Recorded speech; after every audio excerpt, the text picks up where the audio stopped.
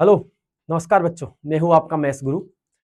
जैसा कि अपनी मैथ सीरीज चल रही थी जिसमें अपना अगला टॉपिक है 10th क्लास का इंग्लिश मीडियम। तो अगला जो टॉपिक है वो है क्वाड्रेटिक इक्वेशन, फोर्थ चैप्टर है। ये चैप्टर बहुत ही इंटरेस्टिंग है, बहुत ही अच्छा है, बहुत ही मजेदार होने वाला है। ये जो चैप्टर है, इस चैप्टर से संबंधित, इस चैप्टर पे अकॉर्डिंग अपन एक चैप्टर पहले पढ़ लिया है। सेकंड चैप्टर वो था पॉलिनोमियल्स। सेम उसी टाइप का ये चैप्टर है, इसलिए ज्यादा समझने में आपको दिक्कत नहीं आएगी। ज्यादा इसमें कुछ अपने को अलग से कुछ सीखने को कुछ थोड़ी सी चीजें हैं जो अपन इसमें कुछ पढ़ेंगे, तो ज्यादा इसमें कुछ करना नहीं है। वही सेकंड चैप्टर की तरह ही इसमें सॉल्यूशन होंगे, करना है। क्या है क्वाड्रेटिक इक्वेशन? तो अपन इस चैप्टर में क्या क्या पढ़ने वाले हैं, देखो। इस चैप्टर में अपन चार चीजें पढ़ने वाले हैं। पहला जो है वो है इंट्रोडक्शन, इस चैप्टर के बारे में इसका परिचय पढ़ेंगे, इसमें क्या होता है, क्वाड्रेटिक इक्वेशन क्या है, बेसिक क्या है इसका। सेकंड टॉपिक है वो है क्वाड्रेटिक इक्वेशंस की, क्वाड्रेटिक इक्वेशंस क्या होती है, कैसे पहचानते हैं, क्या होता है उसमें, ऐसा वो सब अपने में पढ़ने वाले हैं। तीसरा जो टॉपिक है इसका वो है solution of a quadratic equation by factorization. मतलब जो क्वाड्रेटिक इक्वेशन है उसका अपन सॉल्यूशन फाइंड करेंगे, और वो भी किस मेथड से, फैक्टराइजेशन मेथड से। इसके बाद में फोर्थ जो चैप्टर है वो है नेचर ऑफ रूट्स। वो है नेचर ऑफ रूट्स, मतलब अपन क्या करेंगे, मतलब इसका जो सॉल्यूशन है उन सॉल्यूशंस को अपन रूट्स भी बोलते हैं।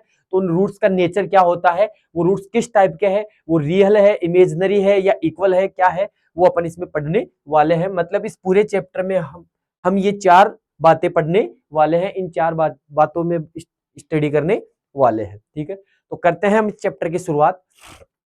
ठीक है, तो अपन जो पहला है अपना इंट्रोडक्शन, इसमें क्या है देखो। इंट्रोडक्शन में अपन बात करते हैं सबसे पहले क्वाड्रेटिक इक्वेशन की। क्वाड्रेटिक इक्वेशन को पढ़ने से पहले मैं बात कर लेता हूं इक्वेशंस की। क्वाड्रेटिक इक्वेशंस को पढ़ने से पहले मैं बात कर लेता हूं इक्वेशंस की, कि इक्वेशन क्या होती है। इक्वेशन इक्वेशन क्या होती है? इक्वेशन होती है कि कोई भी दो साइड्स को अपन इक्वल करते हैं। कोई भी दो साइड या कोई भी दो चीजें, या उनको हम क्या करते हैं, इक्वल करते हैं, तो उस प्रोसेस को बोलते हैं अपन इक्वेशन। मतलब कोई भी अपने पास दो साइड है तो उनको अपन इक्वल करते हैं, उनको हम इक्वल करते हैं, तो उस प्रोसेस को अपन क्या कहते हैं, इक्वल कहते हैं। मतलब क्या हुआ कि जैसे मान लो मैंने लिखा टू मल्टीप्लाई 5, या फिर मैंने लिखा 5 + 5। क्या ये दोनों इक्वल है? बिल्कुल है। देखो इधर मल्टीप्लाई हो रहा है, इधर प्लस हो रहा है।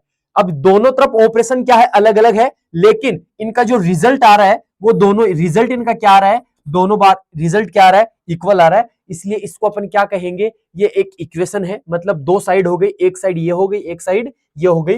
इन दोनों साइड को इक्वल करने की जो प्रोसेस है उसी को अपन क्या कहते हैं, इक्वेशन कहते हैं। और इक्वेशन को पहचानने का जो मेथड है वो क्या है, इक्वेशन को पहचानने के लिए सबसे इंपॉर्टेंट है ये इक्विलिटी साइन।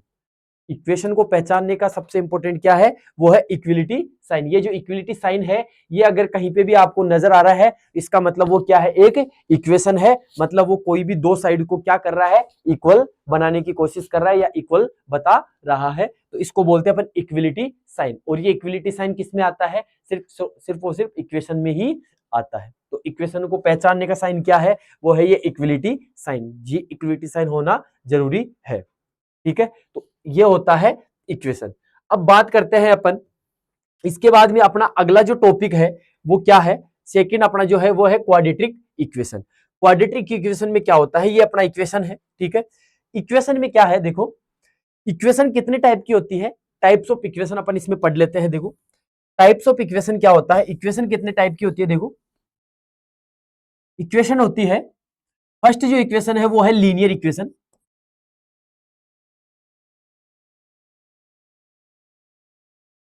ये अपन ने 9th क्लास में 4th चैप्टर पढ़ा है। सेकंड जो है वो है क्वाड्रेटिक इक्वेशन।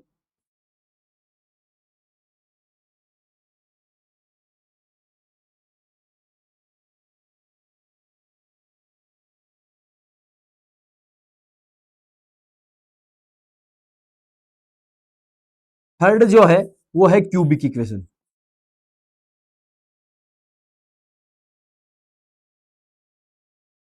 देखो लीनियर इक्वेशन, इनके बारे में अपन पढ़ते हैं। देखो लीनियर इक्वेशन क्या होता है, जैसे अपन ने सेकंड चैप्टर में, हमने सेकंड चैप्टर में क्या पढ़ा था, लीनियर पोलिनोमियल।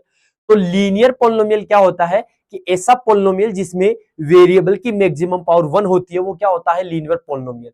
सेम वैसा इसमें होता है कि जिस इक्वेशन में वेरिएबल की मैक्सिमम पावर 1 होती है उसको अपन क्या कहते हैं, उसको हम क्या कहते हैं, उसको हम कहते हैं लीनियर इक्वेशन कहते हैं।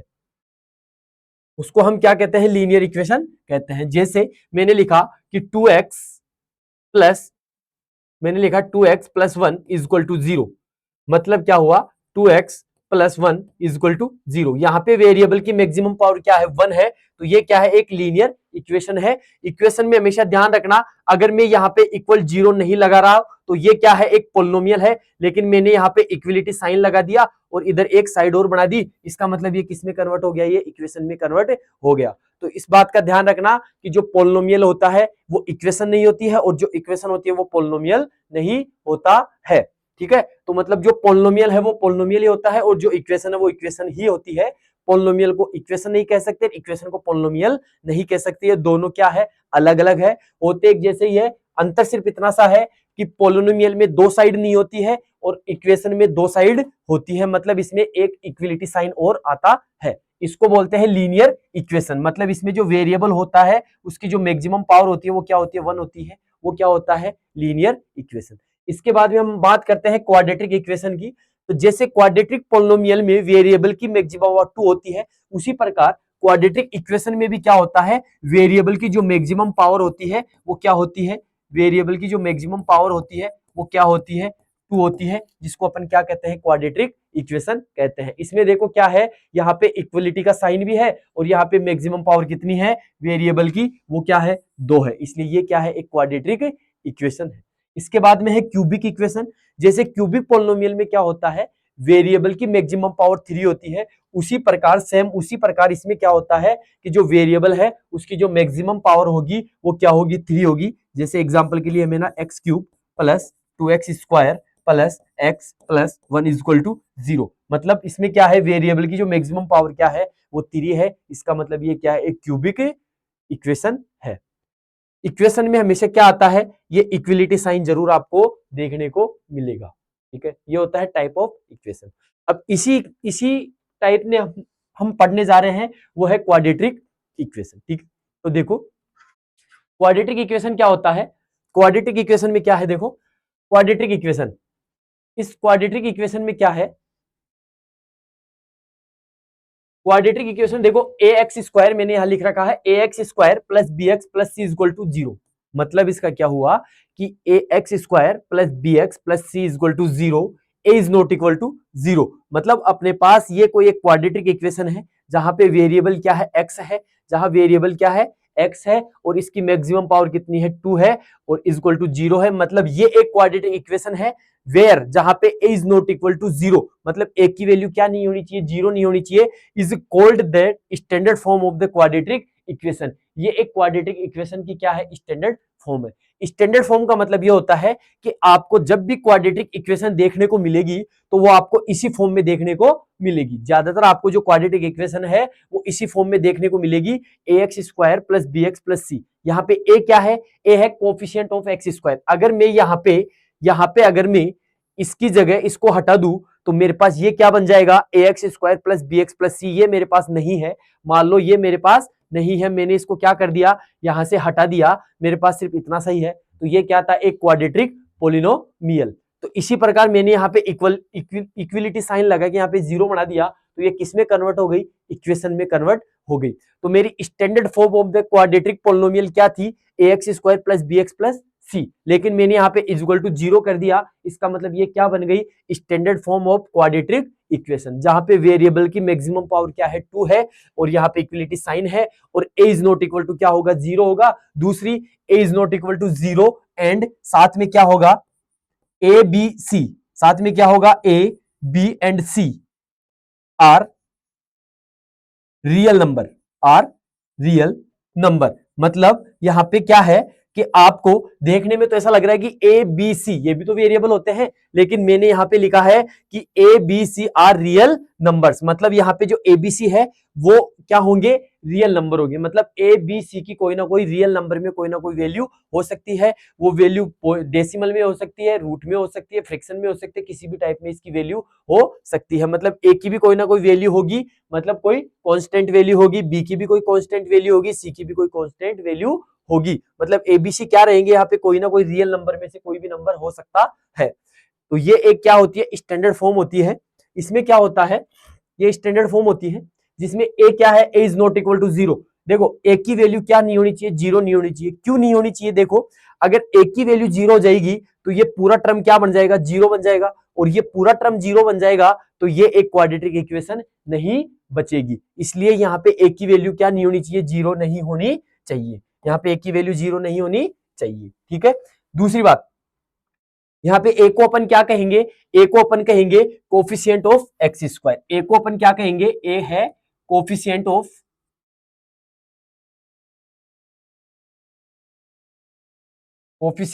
X square. ये हमने सेकंड चैप्टर में भी पढ़ा था, जब पॉलिनोमियल हमने पढ़ा था तब भी हमने ये बात कही थी कि ए क्या है, कोफिशिएंट ऑफ एक्स स्क्वायर। इसी प्रकार बी क्या है, बी है कोफिशिएंट ऑफ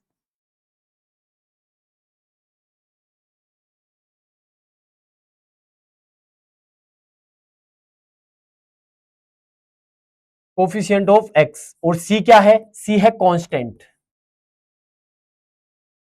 सी क्या है, कांस्टेंट, ठीक है। ये हमने जब सेकंड चैप्टर पढ़ा था तब भी हमने ये बात बताई थी कि जब भी मैंने ये बात बताई थी कि ए क्या है coefficient of X square, B क्या है कोफिशिएंट ऑफ एक्स, और सी क्या है कोफिशिएंट ऑफ, सी क्या है कांस्टेंट टर्म, ठीक है। तो ये हमने सेकंड चैप्टर में पढ़ लिया था। मैं अभी अभी मैंने आपको बताया कि जो सेकंड चैप्टर हमने पढ़ लिया है क्वाड्रेटिक पोलिनोमियल, वो सिर्फ क्वाड्रेटिक पोलिनोमियल में इसमें क्या होता है, इक्विलिटी का साइन के आगे एक और टर्म, एक और साइड बन जाती है, और ये किस में कन्वर्ट हो जाता है, इक्वेशन में कन्वर्ट हो जाता है। बाकी सब चीजें वही सेम है। उसमें भी स्टैंडर्ड फॉर्म क्या होती है, यही होती है। उसमें क्या इक्वल टू जीरो नहीं होता था पोलिनोमियल में, इसमें इक्वल टू जीरो होता है। उसमें भी a is not equal to zero होता था, इसमें भी a is not equal to zero है। वहां पोलिनोमियल में भी ए की वैल्यू, एक को क्या कहते थे अपन, कोफिशिएंट ऑफ एक्स स्क्वायर। इसमें भी अपन बी को क्या, इसमें भी ए को क्या कहेंगे, कोफिशिएंट ऑफ एक्स स्क्वायर। उसमें बी को हमने क्या बताया था, कोफिशिएंट ऑफ एक्स। इसमें भी बी क्या है, कोफिशिएंट ऑफ एक्स। उसमें सी क्या था, कांस्टेंट था, इसमें भी सी क्या है, कांस्टेंट है, ठीक है। दूसरी बात, मैंने उसमें बताया था कि ए बी और सी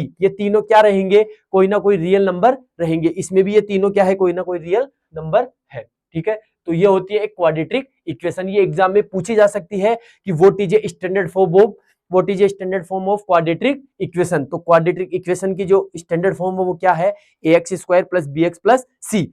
इसके अलावा जब मैंने पोलिनोमियल आपको मैंने पोलिनोमियल पढ़ाया था तो उसमें एक पोलिनोमियल की स्टैंडर्ड फॉर्म बताई थी। उसके स्टैंडर्ड फॉर्म के अलावा मैंने दूसरी वैल्यू और दूसरी स्टैंडर्ड फॉर्म और बताई थी। मतलब उस स्टैंडर्ड फॉर्म के अलावा आपको पोलिनोमियल दूसरी फॉर्म में भी देखने को मिल सकता है। उसी प्रकार इसमें भी स्टैंडर्ड फॉर्म के अलावा ये जो इक्वेशन है वो दूसरी फॉर्म में देखने को मिल सकती है। जैसे एक बता दूं, यहाँ पे आ सकता है a x square plus b x is equal to zero. आपको इस रूप में भी देखने को मिल सकती है, मतलब वहां पे कांस्टेंट गायब हो सकता है। दूसरा आपको क्या हो सकता है, a x square plus c is equal to zero. इस फॉर्म में भी आपको क्वाड्रेटिक इक्वेशन देखने को मिल सकती है। ये भी क्या है, एक क्वाड्रेटिक इक्वेशन की फॉर्म है। दूसरी क्या हो सकती है, a x square is equal to zero. ये भी आपको देखने को मिल सकती है। ये तीनों ही क्या है, क्वाड्रेटिक इक्वेशन की क्या है, एक मतलब फॉर्म है कि आपको क्वाड्रेटिक इक्वेशन, ये तो स्टैंडर्ड फॉर्म हो गई। इसके अलावा इन तीन फॉर्म में भी आपको क्वाड्रेटिक इक्वेशन देखने को मिल सकती है। इन तीनों जगह ही a is not equal to क्या रहेगा, इसमें भी a is not equal to zero, इसमें भी a is not equal to zero, इसमें भी a is not equal to zero, इसमें भी a is not equal to zero. और वहां पे भी ए और बी क्या होगा, रियल नंबर। यहाँ पे भी ए और सी क्या होगा, रियल नंबर। यहाँ पे भी ए क्या होगा, एक रियल नंबर होगा। इस यहाँ पे भी ए क्या रहेगा, X coefficient of X square, B क्या है कोफिशिएंट ऑफ एक्स, और सी क्या है कांस्टेंट, ठीक है। तो ये हमारी क्या हो गई, एक क्वाड्रेटिक इक्वेशन हो गई, ठीक है। अब हम इसमें जो पढ़ने जा रहे हैं वो ये है कि आपके पास कोई एक स्टेटमेंट होगा और उस स्टेटमेंट को आपको किस में कन्वर्ट करना है, एक क्वाड्रेटिक इक्वेशन में कन्वर्ट करना है, ठीक है। तो एक क्वेश्चन लेते हैं अपन। देखो यहाँ पे क्वेश्चन क्या है, represent the following situation mathematically. मतलब ये जो सिचुएशन है, ठीक है, ये एक वर्ल्ड सिचुएशन है। इस वर्ल्ड प्रॉब्लम वाली सिचुएशन को आपको किसमें रिप्रेजेंट करना है, मैथमेटिकली एक रिप्रेजेंट करना है, और आपको एक क्वाड्रेटिक इक्वेशन क्या करनी है, जनरेट करनी है, एक क्रिएट करनी है क्वाड्रेटिक इक्वेशन में, इसको क्या करना है, कन्वर्ट करना है। तो क्वेश्चन को समझो, क्वेश्चन क्या है, देखो देखो क्वाड्रेटिक इक्वेशन में कन्वर्ट करना बहुत आसान है, लेकिन सबसे मुश्किल वो है क्वेश्चन को समझना। अगर आप क्वेश्चन समझ गए तो इसका मतलब आप उसको क्वाड्रेटिक इक्वेशन में कन्वर्ट कर सकते हो। तो सबसे जो इंपॉर्टेंट है वो है क्वेश्चन को समझना। तो देखो क्वेश्चन को समझेंगे। क्वेश्चन क्या है, John and Jivanti together have 45 marbles. मतलब जोन और जीवंती, मतलब दो इसमें, मतलब एक जोन है और एक जीवंती है, दो पर्सन है, एक जोन एक जीवंती। Together have 45 marbles. ये बता रहा है कि दोनों के पास टुगेदर मतलब दोनों के पास, मतलब दोनों के पास मिला के टोटल कितने मार्बल्स है, 45 मार्बल्स है। मतलब जोन और जीवंती है, उन दोनों के पास मिला के टोटल कितने मार्बल्स है, 45 मार्बल्स है। Both of them lost 5 marbles each. दोनों में से दोनों ने क्या किया, दोनों ने 5-5 मार्बल्स क्या किए, लोस्ट मतलब खो दिए। बोथ ऑफ देम, दोनों ने 5-5 मार्बल्स क्या कर दिए, खो दिए। मतलब उन दोनों के पास टोटल 45 मार्बल्स है, दोनों ने 5-5 मार्बल्स खो दिए। ठीक है, 5-5 मार्बल्स खोने के बाद दोनों के पास टोटल जो मार्बल्स बचेंगे वो कितने बचेंगे, 35, क्योंकि 5 जोन के खो गए और 5 जीवंती के भी खो गए। तो 45 में से 10 मार्बल्स तो क्या हो गए, खो गए। तो उनके पास टोटल मार्बल्स जो बचेंगे वो है 35। इसके बाद में आ गया है, and the product of the number of marbles they now है इन 124। और product of the number of marbles, मतलब दोनों ने जब 5-5 मार्बल्स खो दिए, उसके बाद में उन दोनों के पास जो मार्बल बच रहे हैं, उन दोनों का जो प्रोडक्ट है, मार्बल्स का, वो कितना है, 124। मतलब जॉन और जीवंती के पास टोटल 45 मार्बल्स है। दोनों ने अपने अपने मार्बल्स में से 5-5 मार्बल्स खो दिए। 5-5 मार्बल्स खोने के बाद उनके पास जो मार्बल्स बच रहे हैं, उन मार्बल्स का जो प्रोडक्ट है वो कितना है, 124। तो we would like to find out how many marbles they had to start with. तो आपको क्या फाइंड आउट करना है, आपको यह फाइंड आउट करना है कि स्टार्टिंग में दोनों के पास कितने कितने मार्बल्स थे, जोन के पास कितने मार्बल्स थे और जीवंती के पास कितने मार्बल्स थे। तो देखो यहां पे हमें क्या लिखना है, देखो हम करेंगे late assume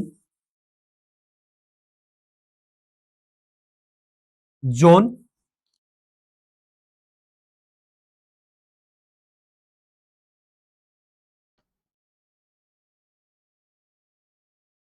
zone have marbles, zone have marbles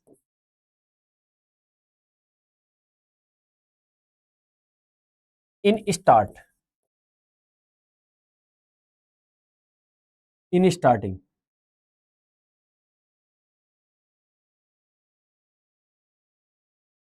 वो हमने ले लिया x।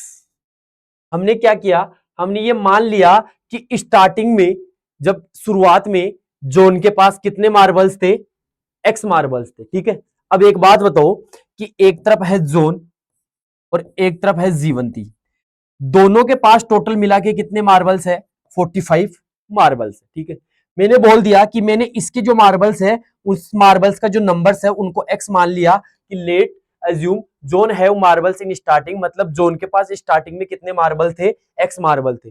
तो इसके पास कितने मार्बल्स बचेंगे, आपको क्या करना है, अगर मैं ये जोन के मार्बल्स इन टोटल मार्बल्स में से माइनस कर दूं, अरे भाई अगर टोटल मार्बल्स में से मैं जोन के मार्बल्स माइनस कर दूंगा तो मेरे पास किसके मार्बल्स बच जाएंगे, जीवंती के मार्बल्स बच जाएंगे। तो इसका मतलब क्या हुआ कि मेरे पास स्टार्टिंग में जोन के पास कितने मार्बल्स थे, x, then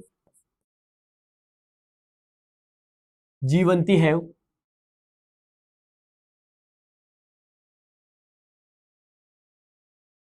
marbles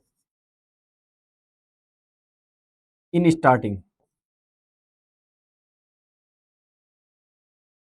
is equal to 45 minus X. समझ गए, मतलब क्या किया मैंने कि दोनों के पास टोटल 45 मार्बल्स थे, जोन के जो मार्बल्स है वो मैंने एक्स एज्यूम कर लिया कि उसके पास मान लिया कि एक्स है, तो जीवंती के पास कितने बचेंगे? टोटल मार्बल्स में से मैंने जोन के मार्बल्स माइनस कर दिए, तो जो बच गए वो किसके बचेंगे? जीवंती के बचेंगे। तो जीवंती के कितने बच गए? 45 माइनस एक्स। अब देखो आगे क्या बोल रहा है कि इनके पास ये मार्बल्स है, ठीक है। अब दोनों ने 5-5 मार्बल्स क्या किए? खो दिए। तो आपको क्या लिखना है? After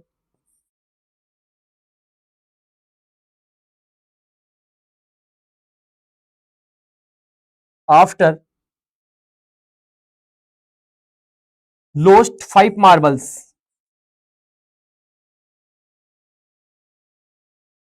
after lost 5 marbles each,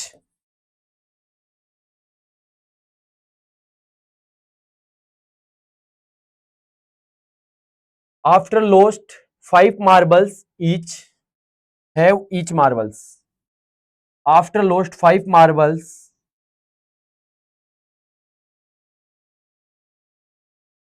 हाँ, अब है आफ्टर लॉस्ट 5 मार्बल्स, मतलब 5 मार्बल्स खोने के बाद, 5 मार्बल्स खोने के बाद, 5 मार्बल्स ईच, मतलब दोनों के द्वारा 5 मार्बल्स खोने के बाद देखो क्या बचेगा?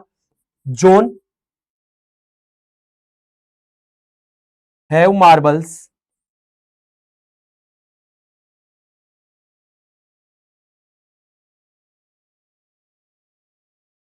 Is equal to X minus 5। देखो जोन के पास स्टार्टिंग में कितने मार्बल्स थे? एक्स मार्बल थे। एक्स में से उसने 5 मार्बल्स क्या कर दिए? लोस्ट कर दिए, मतलब 5 मार्बल्स उसने क्या कर दिए? खो दिए। तो उसके बाद में उसके पास जो मार्बल्स बचेंगे वो कितने बचेंगे? X minus 5। देयरफॉर इसी प्रकार जीवंती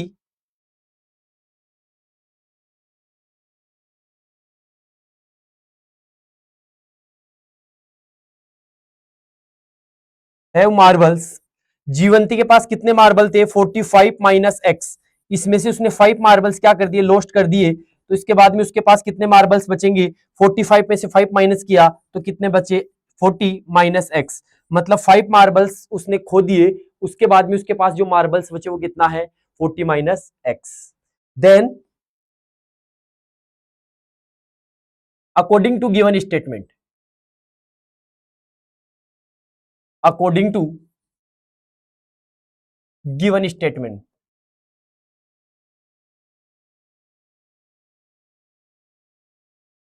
according to given statement, statement क्या बोल रहा है? देखो स्टेटमेंट कह रहा है कि जब दोनों ने 5-5 मार्बल्स लॉस्ट कर दिए तो उसके बाद में उन दोनों के पास जो मार्बल्स बच रहे हैं, ये जो दोनों मार्बल्स बच रहे हैं, इन दोनों मार्बल्स का जो प्रोडक्ट है वो कितना है? 125 है। इसका मतलब क्या हुआ कि इसके पास तो x माइनस 5 मार्बल्स बच रहे हैं और जीवंती के पास 40 माइनस एक्स मार्बल्स बच रहे हैं। इन दोनों का जो प्रोडक्ट है वो कितना है? 124 है। अब इसको सोल्व करना है। देखो क्या करना है? x को 40 से मल्टीप्लाई किया तो ये आ गया 40x, x को माइनस एक्स से मल्टीप्लाई करेंगे तो माइनस का एक्स स्क्वायर, माइनस 5 को 40 से मल्टीप्लाई करेंगे तो ये आ गया 200, फिर माइनस को माइनस से मल्टीप्लाई किया तो प्लस, और 5 को x से मल्टीप्लाई किया तो ये आ गया 5x इज इक्वल टू यहाँ पे कितना है? 124। आपको क्या करना है? देखो यहाँ पे 40x और 5x कितना हुआ? सबसे पहले देखो यहाँ पे इन सबको आपको उधर लेके जाना है। ये जो जितने भी है इन सबको आप उधर ले जाओ। तो देखो एक्स स्क्वायर उधर जाएगा तो प्लस में हो जाएगा एक्स स्क्वायर। इसके बाद में 40x और प्लस 5x, ये कितना हो गया? 45x प्लस का, ये इधर जाएगा तो माइनस का 45x हो जाएगा। इधर ये प्लस का 124 पहले से है। इसके बाद में ये इधर जाएगा तो ये 200 भी इधर जाके किस में हो जाएगा? प्लस में हो जाएगा, और इधर क्या बचा? 0। अब देखो ये हो गया एक्स स्क्वायर माइनस 45x और 124 प्लस 200 कितना हो गया? 324। और ये अपनी क्या बन गई? एक क्वाड्रेटिक इक्वेशन। ये अपनी क्या बन गई? एक क्वाड्रेटिक इक्वेशन बन गई है। ये अपनी क्या बन गई? एक क्वाड्रेटिक इक्वेशन। ठीक है। हमने क्या किया कि ये जो वर्ड प्रॉब्लम थी, ये जो वर्ड सिचुएशन थी, इस सिचुएशन को अपन ने क्या कर दिया? मैथमेटिकली रिप्रेजेंट कर दिया। तो मैथमेटिकली रिप्रेजेंट करने पे अपने पास क्या आया? X square minus 45x plus 324 is equal to 0। इस तरीके से इस क्वेश्चन को क्या करना है? सोल्व करना है। ठीक है। क्वेश्चन समझ में आया सबके? आपको क्या करना है? आपको इसको मैथमेटिकली, मतलब एक आपको क्वाड्रेटिक इक्वेशन में इसको क्या करना था? रिप्रेजेंट करना था, जो हमने कर लिया है। ठीक है।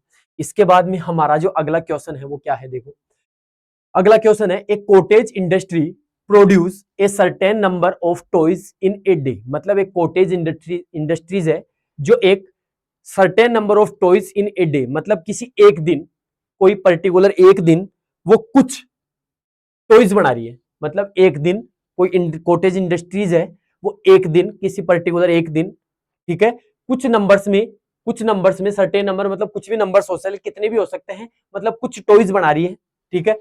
The cost of production of each toy, मतलब आपको क्या बताना है इसमें, क्या बोल रहा है, the cost of production of each toy, मतलब वो जितने भी टॉयज बना रही है, 100 बना रही है, 200 बना रही है, 500 बना रही है, उनमें से जो एक टॉयज है उसकी प्रोडक्शन कॉस्ट कितनी है वो बता रहा है। Was found to be 55 minus the number of toys production in a day.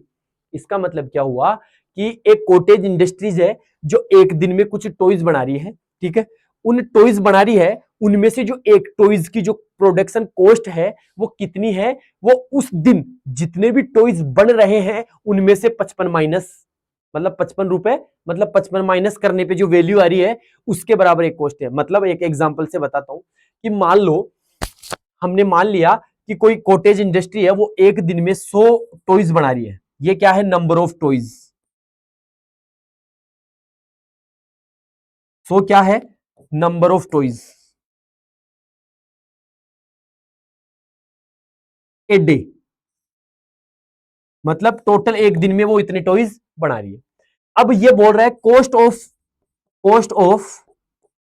One toys, cost of one toy, एक कॉस्ट ऑफ वन टॉय, ये जो एक टॉय है उसकी कॉस्ट कितनी है, उसकी कॉस्ट है कि इस दिन जितने भी, ये जो इस दिन जितने भी जो टॉयज बन रहे हैं, जितने भी ये टॉयज बन रहे हैं, उनमें से देखो क्या बोल रहा है कि the cost of production of each toy was found to be 55 minus the number of toys production, 55 minus the number of production in a day. इस दिन में जितने भी टॉयज बने उनमें से, इस दिन जितने भी टॉयज बने उनमें से 55 माइनस करने के बाद जो वैल्यू आ रही है उस वैल्यू के इक्वल, मतलब इसमें 55 करने के बाद कितनी वैल्यू आई, 45। तो एक टॉयज की जो कॉस्ट है वो कितनी है, 45 है, ठीक है।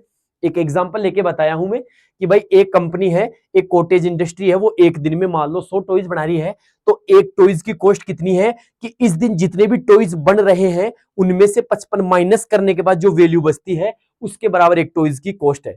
अब आगे क्या बोल रहा है, the total cost of a production was 750, मतलब आपको वो क्या बोल रहा है कि उस दिन, एक दिन में ये जो टॉयज बन रहे हैं उन सब की कॉस्ट कितनी है, 750 है। मतलब एक दिन में जितने भी कॉस्ट बन रहे हैं, जितने भी टॉयज बन रहे हैं उन सब की कॉस्ट कितनी है, 750 है, ठीक है।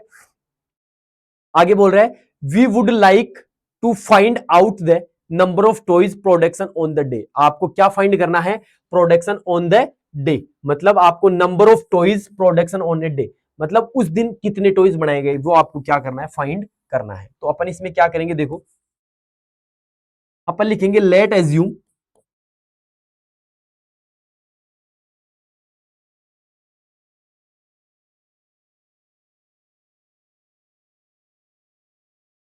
The production of toys, the production of number of toys, the production number of toys,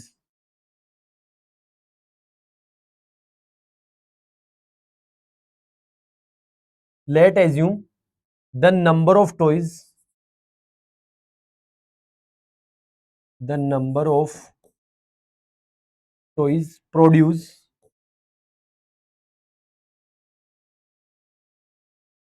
on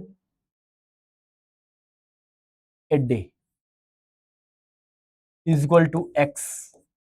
हमने क्या लेट किया कि let assume the number of toys produce on a day, मतलब एक दिन, किसी एक दिन एक्स टॉयज बनाए गए, ठीक है। Then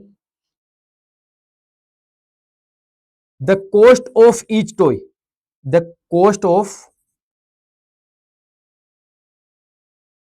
each toy, the cost of each toy, एक कॉस्ट की, एक जो टॉय है उसकी कॉस्ट कितनी है कि पर्टिकुलर इस दिन जितने भी जो बन रहे हैं उनमें से 55 माइनस करने के बाद जो वैल्यू आ रही है उस वैल्यू के हिसाब से उसकी क्या है, कॉस्ट है, इतने रुपीज उसकी क्या है, कॉस्ट है। समझ गए? मतलब पर्टिकुलर एक दिन, जिस दिन प्रोडक्शन हुआ है, एक दिन जितना प्रोडक्शन हुआ है उसमें से 55 माइनस करने के बाद जो वैल्यू आ रही है उस वैल्यू के इक्वल क्या है, उसकी एक टॉयज की कॉस्ट है। ठीक है, अब लिखो आगे, अकॉर्डिंग टू गिवन स्टेटमेंट।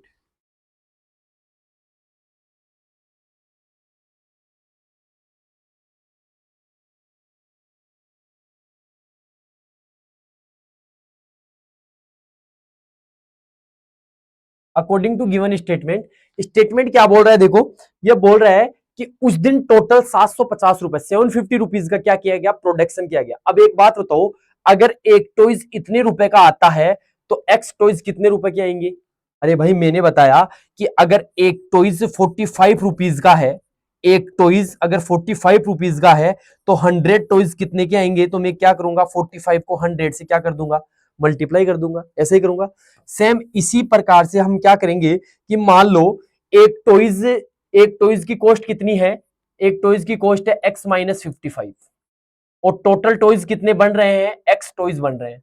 मैं इसको मल्टीप्लाई करूंगा तो टोटल रुपीज आ जाएंगे। तो टोटल प्रोडक्शन कितने रुपए का हो रहा है, 750 रुपीज का हो रहा है। ये क्वेश्चन में दिया हुआ है कि टोटल प्रोडक्शन हो रहा है 750 रुपीज का। तो एक दिन में एक्स टॉयज बन रहे हैं और एक टॉयज की कॉस्ट कितनी है, एक्स माइनस 55 है। एक टॉयज की कॉस्ट कितनी है, एक्स माइनस 55 है। तो टोटल कॉस्ट कितनी हो गई, 750 रुपीज। इसको सोल्व करो, एक्स को एक्स से मल्टीप्लाई किया तो एक्स स्क्वायर, माइनस एक्स को इससे मल्टीप्लाई किया तो 55x, और इधर से ये इधर आएगा तो ये माइनस में आ जाएगा 750, इक्वल टू इधर क्या बचेगा, 0। और ये हमने इसको क्या कर दिया, मैथमेटिकली रिप्रेजेंट कर दिया। मतलब इसकी अपन ने क्या बना दी, एक क्वाड्रेटिक इक्वेशन में बना दी। ठीक है, अगला क्वेश्चन है, अगले क्वेश्चन पे चलते हैं अपना। अगला क्वेश्चन है देखो, check whether the following are quadratic equation. मतलब आपको क्या करना है, इन सभी ये जो इक्वेशंस दे रखी है इनको चेक करना है कि ये क्वाड्रेटिक इक्वेशन है या नहीं है। देखो यहाँ पे दो साइड है, दो साइड है और आपको क्वाड्रेटिक इक्वेशन चेक करना है। तो क्वाड्रेटिक इक्वेशन चेक करने के लिए हमें क्या पता होना चाहिए कि उसमें वेरिएबल की मैक्सिमम पावर क्या होनी चाहिए, 2 होनी चाहिए। ठीक है, तो इसको चेक करने के लिए इसको सोल्व करना पड़ेगा। तो देखो इसको सोल्व करो। सबसे पहले यहाँ पे देखो a माइनस बी का whole square, a minus B का होल स्क्वायर, इसमें क्या हो जाएगा, a square plus B square minus 2a और b प्लस यहाँ पे आ जाएगा 1 और इधर क्या है 2x प्लस 3। अब देखो यहाँ पे हो जाएगा एक्स स्क्वायर प्लस यहाँ पे हो जाएगा 4 माइनस यहाँ पे हो जाएगा 4x प्लस 1 इक्वल टू यहाँ पे हो जाएगा 2x प्लस 3। इन दोनों को भी इधर ले लेंगे तो ये हो जाएगा एक्स स्क्वायर प्लस, देखो 4 प्लस 1 कितना हो गया 5, और इस 3 को इधर लेंगे तो माइनस का 3, ये माइनस का 4x और इसको इधर लेंगे तो माइनस का 2x इक्वल टू 0। इसके बाद में यहाँ पे देखो एक्स स्क्वायर, यहाँ पे देखो माइनस का 4x और माइनस का 2x तो माइनस का हो गया 6x, इधर 5 में से 3 माइनस कम करेंगे तो ये आ गया प्लस का 2 और इक्वल इधर क्या बचा 0। क्या ये एक क्वाड्रेटिक इक्वेशन है? बिल्कुल, यह क्या एक क्वाड्रेटिक इक्वेशन है। तो यहाँ पे क्या लिखेंगे, yes this is a quadratic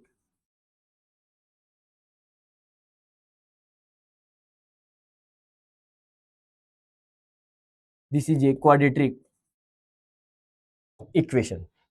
क्या लिखेंगे, yes this is a quadratic equation, क्योंकि यहाँ पे क्या है X square minus 6x plus 2, यहाँ पे वेरिएबल की जो मैक्सिमम पावर है वो क्या है 2 है। तो यह क्या है, एक क्वाड्रेटिक इक्वेशन है। इसके बाद में सेकंड क्वेश्चन में इसमें देखो सोल्व करना है। देखो क्या करना है, यहाँ पे देखो एक्स को एक्स से मल्टीप्लाई किया, ये आ गया एक्स स्क्वायर, एक्स को 1 से मल्टीप्लाई किया तो ये आ गया एक्स, और यहाँ पे क्या है प्लस का 8। इधर आ जाओ, इधर देखो a plus B A minus B, A plus B A minus B, A plus B A minus B, A plus B और ए माइनस बी, ये आइडेंटिटी होती है जिसकी वैल्यू क्या होती है A square minus B square. मतलब A की जगह क्या है एक्स है और बी की जगह क्या है 2 है, तो यहाँ पे क्या आ जाएगा एक्स स्क्वायर और माइनस 2 का स्क्वायर। अब यहाँ देखो X square plus x plus 8 equal to इधर आ गया एक्स स्क्वायर और माइनस का 4। इन दोनों को इधर लेंगे तो ये आ जाएगा एक्स स्क्वायर, ये एक्स इधर आएगा तो माइनस को हो जाएगा एक्स स्क्वायर, ये प्लस का एक्स है ये इधर आएगा, सॉरी ये प्लस का 8 हो गया और ये इधर आएगा तो प्लस का 4 हो गया, इधर इक्वल टू क्या बच गया 0। यहाँ पे एक्स स्क्वायर से एक्स स्क्वायर क्या हो गया, कैंसिल हो गया, 0 आ गया। इसका मतलब यहाँ पे क्या हुआ देखो, यहाँ पे क्या बच गया x और प्लस यहाँ पे क्या बच गया 12 इज इक्वल टू 0। क्या ये क्वाड्रेटिक इक्वेशन है? यहाँ पे स्क्वायर का टर्म है, वेरिएबल की मैक्सिमम पावर 2 है, नहीं है, तो इसका मतलब यहाँ पे क्या लिखेंगे, no this is no is not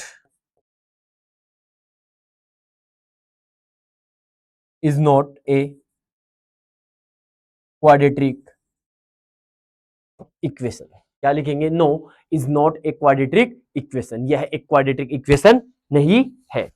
इसके बाद में अगला अगला क्वेश्चन है, देखो इसको सोल्व करना है। यहाँ पे देखो क्या करना है, x को 2x से मल्टीप्लाई किया तो ये आ गया 2x स्क्वायर, x को 3 से मल्टीप्लाई किया तो ये आ गया 3x इक्वल टू, यहाँ पे क्या आएगा x स्क्वायर प्लस 1। यहाँ पे देखो इन दोनों को इधर लेंगे तो यहाँ पे देखो 2x स्क्वायर, x स्क्वायर को इधर लेंगे तो माइनस में आ जाएगा x स्क्वायर, ये प्लस का 3x और ये इधर आएगा तो माइनस का 1 इक्वल टू इधर क्या बचा 0। 2x स्क्वायर में से 1x स्क्वायर माइनस करेंगे तो ये बच गया x स्क्वायर, ये आ गया प्लस का 3x और ये आ गया माइनस का 1 इक्वल टू 0।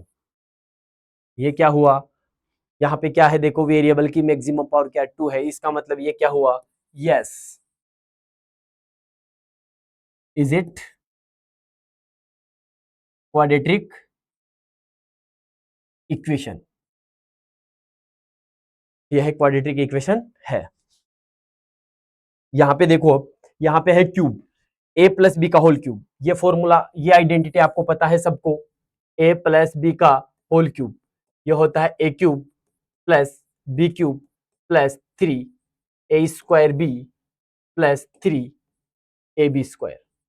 ठीक है, इसी आइडेंटिटी को यहाँ पे अपन अप्लाई करेंगे तो देखो a की जगह क्या है x है, तो यहाँ पे आएगा x क्यूब, यहाँ पे आएगा x क्यूब प्लस 2 की जगह 2, b की जगह 2 है तो यहाँ पे आएगा 2 का क्यूब, फिर plus 3 a square B plus 3a और b स्क्वायर इक्वल टू, यहाँ पे है x का क्यूब माइनस 4। इसमें देखो x का क्यूब प्लस 2 का क्यूब कितना होता है 8 प्लस यहाँ पे देखो 3 टू 6 6x स्क्वायर प्लस यहाँ पे आएगा इसका 4 को 3 से मल्टीप्लाई किया 12 और यहाँ पे आएगा x, इधर है x का क्यूब और माइनस का 4, यहाँ पे x क्यूब से x क्यूब क्या हो गया, कैंसिल हो गया, इन दोनों को इधर ले लेंगे। सबसे पहले यहाँ पे देखो 6x स्क्वायर, फिर ये प्लस का 12x, ये प्लस का 8 और ये 4 इधर आएगा तो माइनस में इक्वल टू 0। यहाँ पे देखो क्या हुआ, यहाँ पे क्या बचेगा, यहाँ पे आएगा 6x स्क्वायर प्लस का 12x और 8 में से 4 माइनस किया तो ये आ गया प्लस का 4 इक्वल टू 0। क्या ये क्वाड्रेटिक इक्वेशन है? बिल्कुल, ये क्वाड्रेटिक इक्वेशन है। यहाँ पे वेरिएबल की मैक्सिमम पावर क्या है 2, तो यहाँ पे क्या लिखेंगे, yes it is quadratic equation, यह क्वाड्रेटिक इक्वेशन है। हाँ, यह क्वाड्रेटिक इक्वेशन है। ठीक है, इस तरीके से अपन क्या कर लिया, इसमें अपन ने ये वेरीफाई कर दिया कि ये क्वाड्रेटिक इक्वेशन है या नहीं। अब अगला अपना जो टॉपिक है वो है solution of a quadratic equation by factorization method. ठीक है, मतलब फैक्टराइजेशन मेथड से क्वाड्रेटिक इक्वेशन का सॉल्यूशन। सबसे पहले हम बात करते हैं, देखो यहां पे लिखा हुआ है, in a general a real number alpha is called, यहां पे देखो एक वर्ड है एल्फा, यहां पे क्या लिखा हुआ है एल्फा, ये बोल रहा है in general a real number alpha is called a root of the quadratic equation. मतलब कोई एल्फा है जिसको अपन क्वाड्रेटिक इक्वेशन का क्या कहेंगे, रूट कहेंगे, क्वाड्रेटिक इक्वेशन का क्या कहेंगे, रूट कहेंगे। मैं आपको बता दूं कि पॉलिनोमियल में जो एल्फा होता है उसको अपन जीरोज कहते हैं और क्वाड्रेटिक इक्वेशन में जो एल्फा होता है उसको अपन रूट्स या सॉल्यूशन कहेंगे। ठीक है, हम जीरोज को रूट्स नहीं कह सकते, रूट्स को जीरोज नहीं कह सकते। ठीक है, यहाँ पे क्या होता है, एल्फा एक रूट है क्वाड्रेटिक इक्वेशन। क्वाड्रेटिक इक्वेशन क्या होगी अपनी, ax square plus bx plus c equal to 0 where a is not equal to 0 if a, अगर एल्फा इसका एक रूट है तो x की जगह क्या पुट करेंगे अपन एल्फा, तो alpha square plus b alpha plus c equal to 0। We also say that x is equal to alpha is a solution of the quadratic equation और alpha satisfy that quadratic equation. इसका मतलब क्या हुआ कि अगर alpha इसका एक root है तो ये x इज इक्वल टू जो अल्फा आएगा, x की वैल्यू क्या होगी अल्फा, मतलब x की जगह अपन क्या पुट करेंगे अल्फा पुट करेंगे, x की जगह क्या पुट करेंगे अल्फा पुट करेंगे, तो उससे क्या होगा कि ये जो क्वाड्रेटिक इक्वेशन है ये अल्फा इसका एक सॉल्यूशन होगा।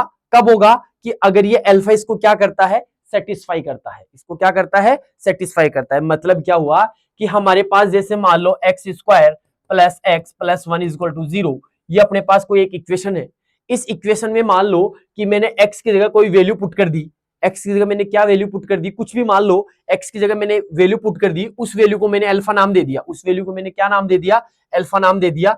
और अगर वो वैल्यू पुट करने से यहाँ पे ये वाली साइड और वो वाली साइड इक्वल हो जाती है, तो इसका मतलब मैंने x की जो वैल्यू पुट करी है, मतलब x की जो मैंने अल्फा जिसको रिप्रेजेंट किया है वो अल्फा इसका क्या रहेगा एक सॉल्यूशन रहेगा। नोट दैट जीरोज, देखो यहाँ पे लिखा हुआ है note that the zeros of the quadratic polynomial ax square plus bx plus c and the roots of the quadratic equation are the same। मतलब अगर अपने पास यही अपने पास पोलिनोमियल है और यही अपने पास क्या है क्वाड्रेटिक इक्वेशन है, सिर्फ इसमें इज इक्वल टू 0, इसमें इज इक्वल टू 0 नहीं है, अगर ये दोनों सेम है तो इस पोलिनोमियल से जो जीरोज फाइंड होते हैं वो, इस पोलिनोमियल से जो जीरोज फाइंड होते हैं वो, और इस इक्वेशन से जो रूट्स फाइंड होते हैं वो दोनों क्या रहेंगे इक्वल रहेंगे। ठीक है, इसके जो जीरोज होंगे वो ही इसके क्या बन जाएंगे रूट्स बने जाएंगे। ठीक है, लेकिन जीरोज जीरोज होता है, जीरोज को अपन रूट्स नहीं कह सकते, रूट्स को अपन जीरोज नहीं कह सकते। ठीक है, जैसे इसको मैं समझाता हूं कैसे करना है। देखो मान लो कि मेरे पास कोई एक इक्वेशन है, इसको समझाता हूं मैं। मेरे पास इक्वेशन है X square minus 4x plus 4 is equal to 0, ये मेरे पास कोई एक इक्वेशन है। ठीक है, मैंने क्या किया इसमें x की जगह मैं 2 पुट कर दिया, मैंने x की जगह क्या पुट कर दिया 2।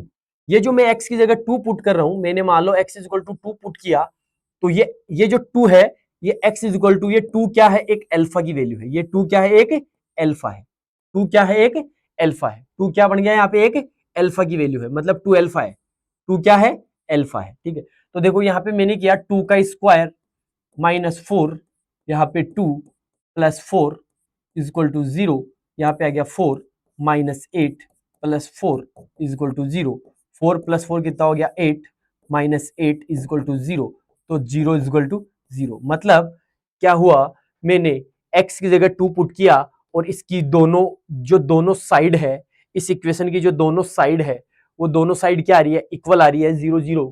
इसका मतलब क्या हुआ कि ये जो x इज इक्वल टू मैंने 2 पुट किया, ये जो अल्फा है मतलब ये जो 2 है वो इसका क्या है एक सॉल्यूशन है, और इस 2 को अपन क्या कहेंगे रूट कहेंगे। मतलब ये जो मैंने अल्फा लिया है इस अल्फा को इसका क्या कहेंगे रूट कहेंगे। मतलब ये इसका सॉल्यूशन है और इस सॉल्यूशन को ही अपन क्या कहते हैं रूट्स ऑफ क्वाड्रेटिक इक्वेशन। इस सॉल्यूशन को ही अपन क्या कहेंगे रूट्स ऑफ क्वाड्रेटिक इक्वेशन। मतलब मैंने यहाँ पे x की जो भी वैल्यू पुट करी जिससे इसकी ये वाली साइड और ये वाली साइड दोनों क्या हो गई इक्वल हो गई, तो ये जो वैल्यूज है ये वैल्यू ही क्या होगी इसके सॉल्यूशन, और इनके सॉल्यूशंस को अपन क्या कहेंगे रूट्स ऑफ क्वाड्रेटिक इक्वेशन कहेंगे। ठीक है, जैसे अब अपने पास एक एग्जांपल है, find the roots of the equation 2x square minus 5x plus 3 is equal to 0 by factorisation. मतलब ये क्वाड्रेटिक इक्वेशन है, इस इक्वेशन का अपन को सॉल्यूशन, हमें सॉल्यूशन फाइंड करना है, वो भी किससे फैक्टराइजेशन मेथड से। फैक्टराइजेशन मेथड का मतलब हो गया मिडिल टर्म स्प्लिट से, इसको क्या करना है सोल्व करना है। ठीक है, तो सबसे पहले देखो हमारे पास जो इक्वेशन है वो क्या है 2x square minus 5x plus 3 is equal to 0। जैसा कि हमने पोलिनोमियल में क्या किया था मिडिल टर्म स्प्लिट किया था, यहाँ पे देखो सबसे पहले कांस्टेंट क्या होगा, कांस्टेंट क्या होगा मैंने आपको बताया था कि अगर एक्स स्क्वायर के साथ में कुछ भी मल्टीप्लाई है तो उसको मल्टीप्लाई करना है किससे 3 से मल्टीप्लाई करना है। तो यहाँ पे देखो 3 को मैंने मल्टीप्लाई कर दिया 2 से, तो कांस्टेंट जो आया वो क्या हो गया 6। इसके बाद में अपना जो मिडिल टर्म है, इसके बाद में अपना जो मिडिल टर्म है वो क्या है वो है माइनस का 5। अब आपको क्या करना है कि आपको ऐसे दो नंबर देखने हैं कि उनको मल्टीप्लाई करने पे तो प्लस का 6 आना चाहिए और उनको माइनस करने पे या प्लस करने पे क्या आना चाहिए, माइनस का 5 आना चाहिए। तो वो आपके सामने ही लिखे हुए हैं 3 और 2। देखो 3 को 2 से मल्टीप्लाई किया तो 6 आ गया और 3 में 2 ऐड किया तो 5 आ गया। लेकिन यहाँ पे ऐड करने पे माइनस का 5 आना चाहिए। ऐड करने पे क्या आना चाहिए, माइनस का 5 आना चाहिए। देखो 3 में अगर 2 ऐड करूंगा तो क्या आएगा, प्लस का 5 आएगा और 3 को 2 से मल्टीप्लाई करूंगा तो प्लस का 6 आएगा। ये प्लस का 6 तो सही है, मान लिया कि ये तो 6 आ रहा है मल्टीप्लाई करने पे, लेकिन जब इन दोनों को ऐड करूंगा तो या तो प्लस का 5 आ रहा है और मुझे क्या चाहिए, माइनस का 5 चाहिए।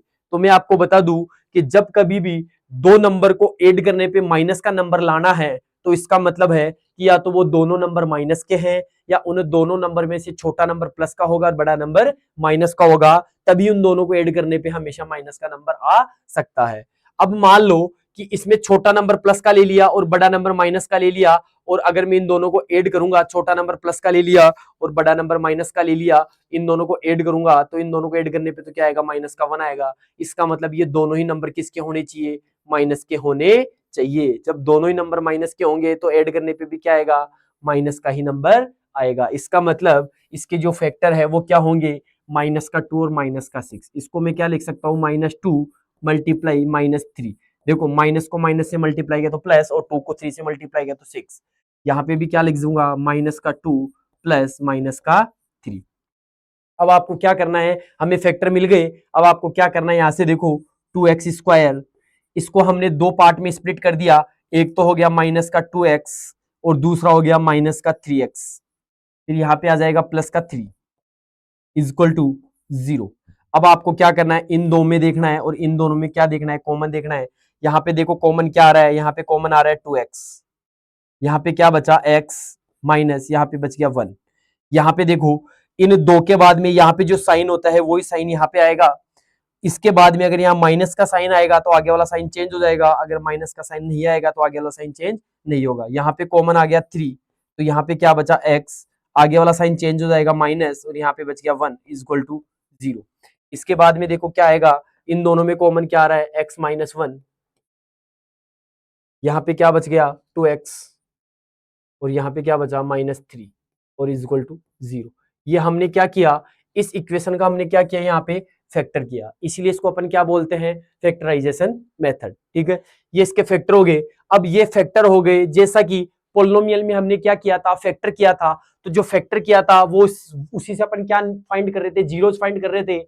उसी से अपन क्या फाइंड कर रहे थे, जीरोस। तो जीरोस ऐसे ही फाइंड कर रहे थे कि जो भी मतलब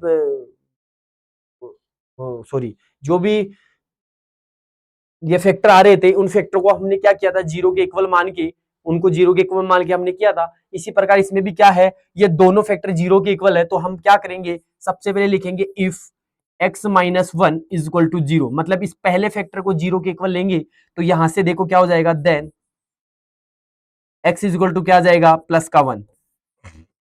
ये तो किसकी वैल्यू आ गई, अल्फा की। दूसरा if 2x minus 3 is equal to 0, then यहां से x इज इक्वल टू क्या आ जाएगा, इस 3 को इधर लिया तो प्लस का और ये 2 से डिवाइड, ये किसकी वैल्यू आ गई, दूसरी वैल्यू आ गई, और ये किसकी वैल्यू हो गई, बीटा की। मतलब मेरे पास दो क्या हो गए, सॉल्यूशन हो गए। मतलब इस इक्वेशन के दो सॉल्यूशन होंगे। दो सॉल्यूशन क्यों होंगे, जैसे पोलिनोमियल में दो जीरोस होते हैं उसी प्रकार, जैसे क्वाड्रेटिक पोलिनोमियल में, सॉरी, क्वाड्रेटिक पोलिनोमियल में दो जीरोस होते हैं। दो जीरोस क्यों होते थे, क्योंकि उसमें वेरिएबल की मैक्सिमम पावर कितनी होती थी, 2 होती थी। इसी प्रकार इसमें क्वाड्रेटिक इक्वेशन में वेरिएबल की मैक्सिमम पावर 2 है, तो इसके भी मैक्सिमम सॉल्यूशन या जो मैक्सिमम रूट्स है वो कितने होंगे, 2 होंगे। तो वो दोनों रूट्स क्या होंगे, x इज इक्वल टू 1 और x इज इक्वल टू 3/2। इसका मतलब क्या है कि x की ये दो वैल्यूज ऐसी है जो इस इक्वेशन को क्या करती है, सेटिस्फाई करती है। सेटिस्फाई करने का मतलब है अगर आप इस इक्वेशन में x की जगह 1 पुट करोगे तो भी ये वाली साइड LHS और ये वाली साइड RHS, ये दोनों क्या हो जाएगी, इक्वल हो जाएगी। इसी प्रकार अगर आप इसमें x की वैल्यू +3/2 पुट करते हो तो भी दोनों साइड क्या हो जाएगी, इक्वल हो जाएगी। इस तरीके से अपन इसका क्या कर लेंगे, फैक्टराइजेशन मेथड से रूट्स फाइंड कर लेंगे। तो इसके दो रूट्स आ गए, x इज इक्वल टू 1 और x इज इक्वल टू 3/2। ठीक है, इसके बाद में हमारा जो अगला क्वेश्चन है वो क्या है, देखो, find the roots of the quadratic equation 6x² minus x minus 2। यहां देखो, यहां पे आ गया 6x² minus x minus 2 is equal to 0।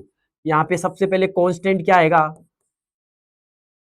देखो कांस्टेंट क्या है, इसको मल्टीप्लाई करना है 6 से, तो कांस्टेंट क्या हो जाएगा, -2 मल्टीप्लाई 6, मतलब कांस्टेंट हो गया माइनस का 12। इसी प्रकार मिडिल टर्म क्या हो जाएगा, मिडिल टर्म है अपना माइनस का 1, यहाँ पे 1 है इसका कोफिशिएंट, तो ये है -1। अब आपको क्या करना है, इस 12 के ऐसे दो फैक्टर करने हैं कि जिनको मल्टीप्लाई करने पे तो माइनस का 12 आना चाहिए, और जिनको प्लस या माइनस करने पे माइनस का 1 आना चाहिए। देखो कैसे करना है, सबसे पहले आपको ये देखना है कि 12 किस किस की टेबल में आता है। देखो 2 की टेबल में 12 कितने टाइम्स में आता है, 6 टाइम में, और 6 की टेबल में कितने टाइम्स में आएगा, 2 में। 3 की टेबल में कितने टाइम आएगा, 4, और 4 की टेबल में कितनी बार आएगा, 2 बार। इसी प्रकार 12 की टेबल में कितनी बार आएगा, 1, और 1 की टेबल में 12 टाइम्स। अब आपको क्या करना है, ये पता चल गया कि भाई ये सिर्फ इन 3 की टेबल में ही आता है, सॉरी 1 2 3 4 इनकी टेबल में ही आता है, मतलब 2 की टेबल में 6 टाइम्स, 6 की टेबल में 2 टाइम्स, 3 की टेबल में 4 टाइम्स, 4 की टेबल में 3 टाइम्स। अब आपको क्या है, इनमें से एक पेयर ऐसा है कि जिनको ऐड करने पे या माइनस करने पे ये 1 जरूर आएगा। तो देखो इन दोनों को प्लस या माइनस करने पे 1 आएगा क्या, नहीं आएगा। इन दोनों को प्लस या माइनस करने पे 1 आएगा क्या, नहीं आएगा। इससे आएगा, प्लस या माइनस करने पे इन दोनों से माइनस का 1 आ जाएगा। देखो कैसे, अगर 3 में से मैं 4 को माइनस करूंगा तो क्या आ जाएगा, -1, और 3 को अगर मैं -4 से मल्टीप्लाई करता हूं तो इसकी वैल्यू कितनी आएगी, माइनस का 12, और यही अपने को चाहिए। मल्टीप्लाई करने पे तो माइनस का 12 आना चाहिए, और ऐड या सब्ट्रैक्ट करने पे क्या आना चाहिए, ऐड या सब्ट्रैक्ट करने पे क्या आना चाहिए, माइनस का 1 आना चाहिए। तो देखो हमारे जो फैक्टर है वो क्या हो गए, इसके जो फैक्टर है वो क्या हुआ, इसके जो फैक्टर होंगे वो क्या होंगे, -4 मल्टीप्लाई 3। इसी प्रकार इसमें क्या होगा, 3 - 4, यहाँ पे देखो प्लस का 3 है, यहाँ पे प्लस का 3 है, या माइनस का 4 है, यहाँ पे माइनस का 4 है। ध्यान रखना, जो यहाँ पे वैल्यूज होगी वही वैल्यूज यहाँ पे भी होनी चाहिए। ये वैल्यूज हमेशा क्या होनी चाहिए, इक्वल होनी चाहिए, चाहे इनका साइन भी इक्वल ही होना चाहिए। अब इसको कैसे करना है, देखो यहाँ पे आएगा 6x² माइनस, इस वहां पे जो 1 है उसके अपन ने दो फैक्टर कर दिए, एक तो आएगा 3x, ये तो प्लस का आएगा, और माइनस का 4x माइनस का आएगा, और फिर लास्ट में आ जाएगा माइनस का 2 is equal to 0।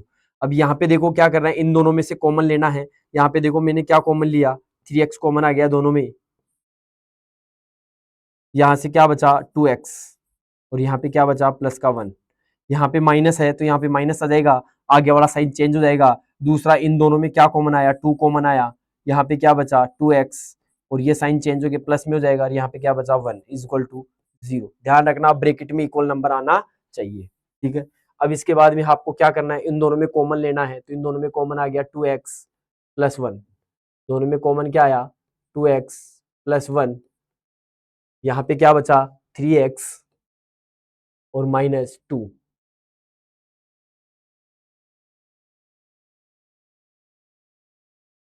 Is equal to 0।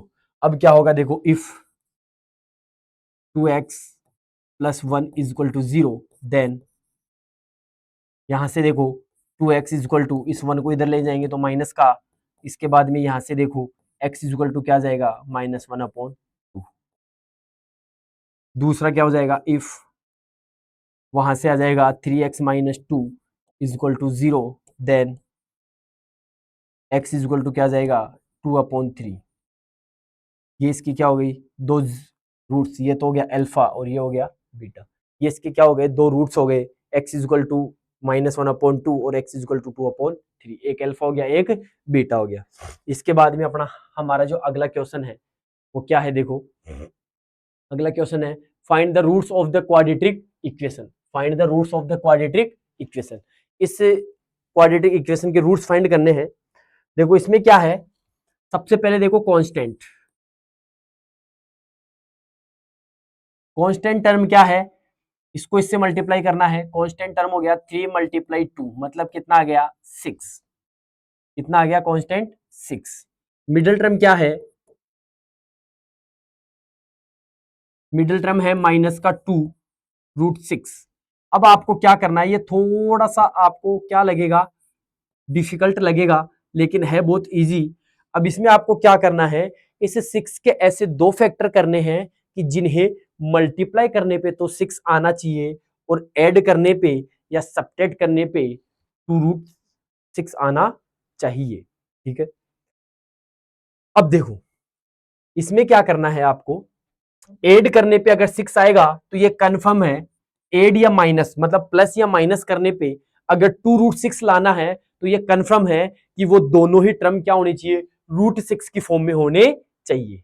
ठीक है, वो दोनों किस में होनी चाहिए, √6 की फॉर्म में होने चाहिए। कैसे होने चाहिए देखो, जैसे मान लो मैंने लिखा 3√6 प्लस 2√6, तो इन दोनों को जब मैं ऐड करूंगा तो ये कितना, जब इन दोनों को मैं ऐड करूंगा ये हो गया 2√6, जब इन दोनों को मैं ऐड करूंगा तो ये हो गया एक तरीके से 5√6। ऐसे ही जैसे मान लो मैंने लिखा √6 माइनस मतलब 1√6 माइनस 3√6, इसका मतलब क्या हो गया, 1 में से 3 माइनस करूंगा तो ये आ गया माइनस का 2√6। या फिर मैंने लिखा 4√6 माइनस 2√6, तो इसकी वैल्यू कितनी हो गई, 4 में से 2 गया तो ये आ गया 2√6।